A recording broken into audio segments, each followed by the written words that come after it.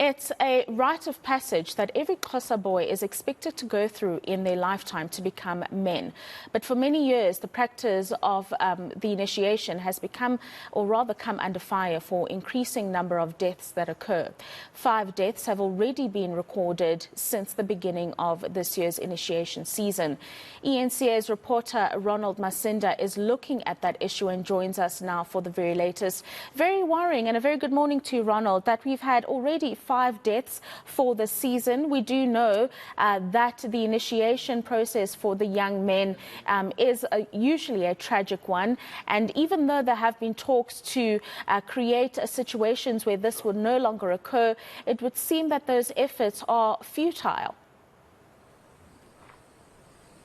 Yes, indeed. Good morning, Rofeo. Well, certainly cause for concern that we are hearing media reports that around 5 deaths have occurred during the recent initiation season. The season started in early November and is expected to last until late Jan and possibly February. But it is a rite of passage that many Xhosa boys go through to become men.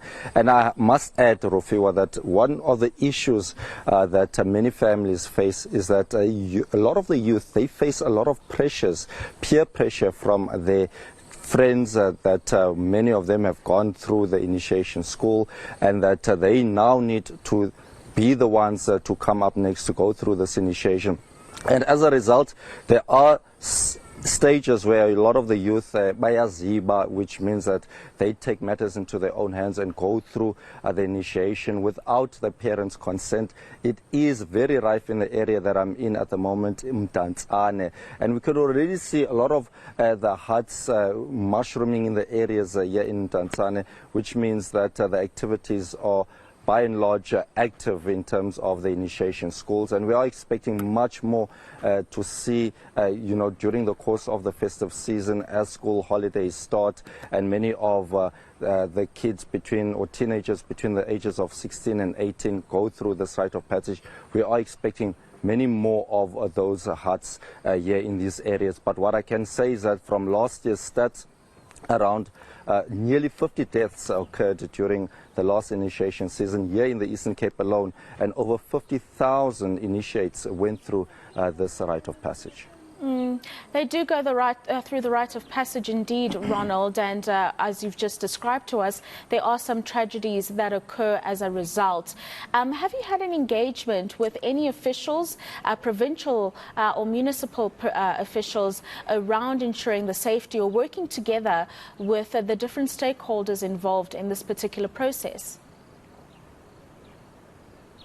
So this morning we will be spending quite a bit of time with officials, people who are involved in Ulwaluko, people who are tasked with the actual practice of circumcision. We will be speaking to them during the course of the morning. We will also be speaking to some of the families, possibly families who have lost loved ones, and also boys who are now turned into men, their own experiences during the month or more than a month that they've spent within this practice. But what we can say at this stage is that the Eastern Cape COCTA department has said that they've done a lot of things with regards to ensuring that lives are preserved during this time.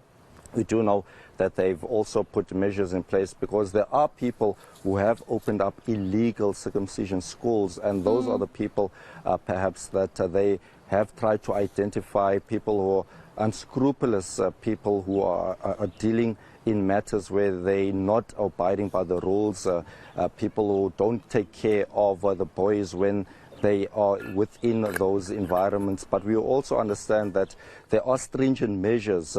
Kids who go through this process also need to submit documents from doctors to ensure that their health is in place, and that what we also understand is that one of the deaths that have occurred recently is from a boy who was diabetic, and the doctor clearly stated that this young man was not ready to go through this rite of passage, but yet he went through it without the parents or the doctor's consent. So those are the issues that COCTA and the Eastern Cape department or government is faced with here in this province. But also important to highlight, Rufiwa, is that other provinces like the Western Cape, where I come from, even during the pandemic, they tried to curb initiation schools, especially during this time of the year, saying that during the COVID-19 pandemic that there should be no activities whatsoever. But the Eastern Cape was granted, given the demands faced by initiation schools here in the province. But it was due to strict processes. But it seems like some people don't adhere to these processes, and those are some of the questions that we want answered during the course of the day.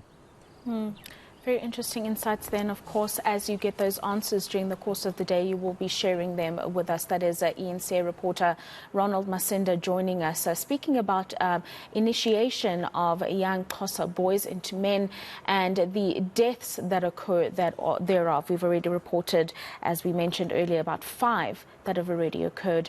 And sadly, it's not unlikely that we may see more.